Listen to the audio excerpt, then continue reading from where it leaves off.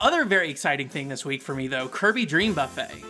Boy, if you're watching the YouTube version of this, you probably noticed I'm a tiny head on a cake. You can probably guess why, because I'm a little Kirby boy on this cake.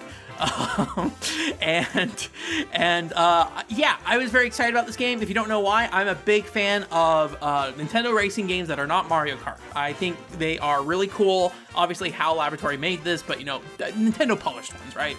So Dream Buffet came out, and this is basically the little cake racing game. You're Kirby running around on, or not running around, rolling around. You're a ball Kirby. We're back in Kirby Canvas Curse territory. Although he has limbs, he is not cursed in Dream Buffet. He's just tiny and hungry. So basically the game is, you know, you're racing through these tracks and you basically collect strawberries as you go through these races. And beforehand, when they were talking about this game, they were talking about like the 3 different modes, like the mini game mode, the battle royale mode, and then there's the racing mode. I had thought that they were like breaking these up, like you match make into different ones, but no, these are all actually combined into one. So basically you go through the race with Kirby, you eat your little snacks and stuff, racing against other Kirbys, and then in the next section, you'll play a mini game where you go and collect more strawberries, and then you go back to another race. Again, all these are collecting strawberries during them. But then the final one is like a battle royale mode, where basically battle royale, not battle royale in the sense of like 100 Kirbys drop onto a mountain. It is battle royale in the sense of there are four Kirbys on this ring, and you basically have to knock each other off in like a very Smash Bros kind of style to get their strawberries. So it's like your last attempt effort to take strawberries from other players. So it's actually really cool in its variety, not only in terms of, you know, those different phases, but also I would say parts of the course design and strategy as well. Personally, the race course part is my favorite part of this game. Basically, you know, you roll forward just using the analog stick, and then you have a jump. That's kind of the big thing. You can pick up item boxes, and it'll either have additional strawberries inside, or you'll get power-ups. Some of them are speed boosts. Most of them will boost your speed in some way, I will say. But then also they have ones that will like hit enemies to the side, or it will help you like, you know, slide through these cracker pieces that you can basically, if you turn like a gel, you slide through like crackers and stuff like that can block your way, and things like that. So there's like a variety of different abilities. So you can go, and so it's very like traditional Mario Kart in that fashion. However, the kind of the distinct things about it are, it is very Excite Truck in that like the number of strawberries you have at the end are what's important essentially. So when you are racing, you know, you do want to get to the goal and be the first one there, because you get like a 50 strawberry bonus there, and then second place gets a 20 strawberry bonus, and third place gets a 10 strawberry bonus. So you do still want to be the first one there, but you know, it is also very important that you collect strawberries on the way too, and interact with the course in different ways. And it's kind of interesting because there's these weird roadblocks they set up in between parts of the course as well. So it's not always like one player can get in front and then they're just like in front. There are these actual walls that kind of stop you from going too fast, and you'll have to break through them by slamming your Kirby into them. And you do get some powers that let you go over those walls, I will say. There's some shortcuts that will also let you go over those walls, if you're playing right. So there are situations where you can avoid those walls, but most of the time you're gonna have to break through them. So it kind of makes this interesting point where like you're racing through a part of the track, and everybody's like in their different positions, right? But at some point you basically are essentially reset. Now the wall can break and go, and people who are there can go, and you will be left behind if you're not there yet. So there's definitely an urgency to get there. But there is like a feeling of like, oh, if I go and just break the wall on my own, I'm only losing time because everybody else will be there too. So you can kind of go and like, if there are things to do around the wall, like collect more strawberries or kill enemies or break these little cracker pieces, you can go do that. And so you can go spend your time doing these other things before other players get there. Now you got to kind of weigh, you know, of like, how far ahead am I? If I'm far enough ahead, then maybe it makes sense to break the wall on my own and keep going so I maintain that lead. But if you aren't, then it might make sense to just go do the thing, because everybody's gonna be caught up with you anyway, so you might as well build out your resources while you're there before you break through the wall finally and go, kind of thing. And then so part of this game as well is it has like a Mario Party kind of aspect to it, where you have bonus stars at the end of Mario Party. So there are certain bonus achievements you get at the end of an entire set of events and things like that. And at the end of those events, basically it's like, hey, who ate the most blueberries? And blueberries are basically just reskinned strawberries, but they're kind of little pieces on the course you can eat. Who ate the most cherries?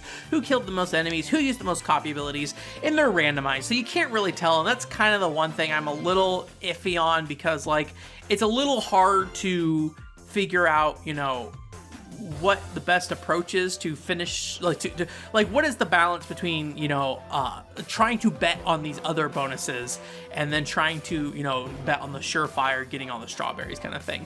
And it's just like a balance I think you have to find. But I think that's one thing I liked about Excite Truck, is that like all those ways were legitimate paths to beating the game, or to winning, where it's like, oh, I'm gonna, like, even though this is maybe not the best choice for me in terms of speed and things like that, I'm gonna drive through all these trees because it's gonna give me a ton of bonus points because I'm driving by a bunch of trees, and as long as I don't crash, I get all the points, right? Yeah, like it wasn't like a random chance that you would get like a bonus star points based off the number of trees you pass by. So I think, you know, I wish that was less of a dice roll and more of a guaranteed thing of like, hey, here are some extra points if you do these things, because then it would make it so it would be a reliable way to succeed, I feel like. And so it would encourage you to diversify a little bit more. At this point, it kind of feels like, hey, either you need to be like, you just need to find the things that are gonna not waste any time, I think is usually the thing, and then go and do it go and do that. So if you're again waiting at one of those walls and there's enemies there, go kill them. Just get it out of the way so you can, you know, get +2 to your enemy kill counter or something like that, right? So the racing part of the game is definitely the most interesting. Oh, and the physics of this game too is it's a little weird, I will say. Like sometimes I have a really hard time telling what surfaces slow Kirby down and which ones speed him up. Some like the like, I don't know, glazed kind of candy, that stuff like makes them slip around. That's a little easier to tell. But sometimes it's a little hard to tell what surfaces give you like what speed. So I have a hard time figuring out, you know, which surface I want to be on. However, one thing that is cool is that your velocity from falling down a hill is maintained through a jump.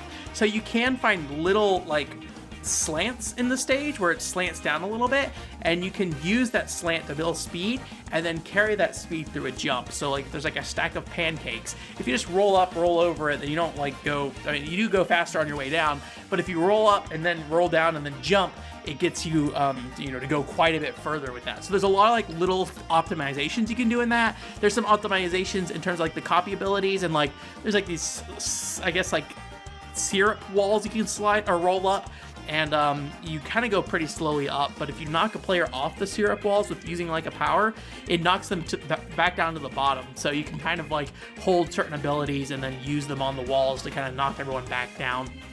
So they're at more of a disadvantage than if you just hit them when they're like, you know, racing around normally. So but yeah, so I think that part of the game's really cool. I'm really happy with the variety of the game. I think the speed is just a little too slow at times when it comes to the racing aspect, but I think it works given the level design to some degree. I just think I don't really get like a lot of, like, I feel like when I'm rolling down hills and stuff, that's more of the speed I feel like I want the game to be going consistently. Sometimes it just feels like it's a little slow. And your speed does go up as you collect more strawberries and get bigger, I will say. So, but yeah, so you go through that course, and then, you know, you play the mini game after that where you basically collect more strawberries. There's like variations on it, but it's ultimately just rolling around an arena collecting strawberries. Do another race, and then you go to the final section. You do a battle royale, use all the copy abilities, try to knock each other off the stage, and then more strawberries drop there as well. So there's a lot of opportunities for you as the player to make up ground. If you're in 4th place by the time you do that last battle royale, you are definitely not out. You can go and, like, you know, smack people off the stage like crazy and just steal all their strawberries. That also means that you can be in 1st place and then be destroyed in the last part, and that can be like a frustrating thing. I played this game for like multiple hours, and I don't think I won a single round, even though frequently I was in 1st place when we got to the end, because of things like, you know, the bonus points and the battle royale mode at the end. But I think that's just a part of the game. It's just kind of built into how it works. And again, I part of me wishes there's a little more strategic with some of those elements, but I don't think it's like a bad thing that it's like randomized. And I think given it's Nintendo, you know, kind of friendly, you know, Kirby's a kid-friendly franchise, generally, you know, aimed towards beginners, it makes a lot of sense, honestly, that they do it that way, in my opinion. So I can't be too disappointed by it. I'm just glad we got something that's not a Mario Kart game. So yeah, I think the one other thing I do want to say is that course design in this game, I wish it was a little more distinct. And, you know, this is like a $15 download, so, you know, you can't expect too much kind of thing. But I feel like the courses, while they're different, and they're different like foods, because you're on these giant cakes and stuff, but it can be like, hey, you're on giant hamburgers and stuff like that. There's like a bunch of different food items. Aesthetically, they all feel very similar, and world design wise, they also feel very similar to like how you navigate the courses and things like that. And I kind of wish there's just a bit more variety, and there's a bit more of a way to tell. Most of the time, I can't really tell what course I'm on until I'm at like a section that I remember. I'm like, oh yes, this section. Like, I feel like I'm just kind of, you know, handling stuff bit by bit rather than like making a plan for a larger course. You know, I would never be able to sit there and be like, oh yeah, at the end of this course, this thing happens. There's just not enough visual variety to guarantee that for me. And I think that would be helpful when it comes to like, you know, the more random elements. Like if I know there's like one course where there's like 20 crackers at the end, I'm just like, I don't need to go worry about the crackers. As long as I break all 20 crackers as I go to the end itself, then cool. I win the cracker reward if I want to. So I think that part is maybe leaves a little to be desired, but it's very, very cute, very, very good looking game. It looks great. There are like little costumes you unlock playing online, or really any mode you can play. You unlock points and you get little colors for Kirby. I mean, they're very simple. They're colors, and then there's like a hat, but the hat can sometimes be a larger costume. But you know, there's enough variety to combine the color and the hat to basically, you know, add some diversity to how your Kirby looks. I'm personally a fan of the Waddle Dee bandana with the strawberry Kirby with the red body and the green feet. So, but I'm like level 35 or something like that at this point, and I think there's like 132 ranks as a whole. There's like a skill level as well. I don't really know what that skill level means at this point, like what's a good skill level, what's a bad skill level. I did notice that in some cases, like I would lose points even though I came in second place, so it might also be based off like the other player's skill level, whether or not you gain or lose points. So I wasn't really quite sure what was going on with that. But yeah, it is very much focused on this aspect of the game. Like there's not like there's a Grand Prix mode, but it's the same thing basically and stuff like that, or single race mode, you know, so don't go in expecting like there's like some, you know, story mode or something you can work with that. I will say that like to some degree it does feel a little underwhelming overall. I don't really know why. I think it might come down to the speed aspect, the randomization aspect, but like I'm just glad we got anything that's not Mario Kart. That's kind of how I feel, and I like this game a lot, so I plan to play it more. I don't know if I'll reach max rank or anything like that. Oh, and there's like one last thing. This is a very important detail. When you are racing on the D-pad, unfortunately, it's not very reachable. You got to reassign the buttons if you want to make them more reachable. You can do little like, I don't know if taunts is the right word, because they're not really taunts. It's Kirby we're talking about here. So like if you press up on the D-pad, he goes, hey, and then you press down, he goes, hi. And then if like left, he goes, yay, and he's like wiggling around. And then right, he like makes a little like scared or like shocked face or whatever. And you can do it basically at any time. So I like rolling around the lobbies and like just going hey in people's faces all the time. Surprisingly, I am surprised how few people will hey back at you. So many people will just ignore you. And I'm just like, dude, we're cute Kirby's. Just hey back at me. Hey, buddy.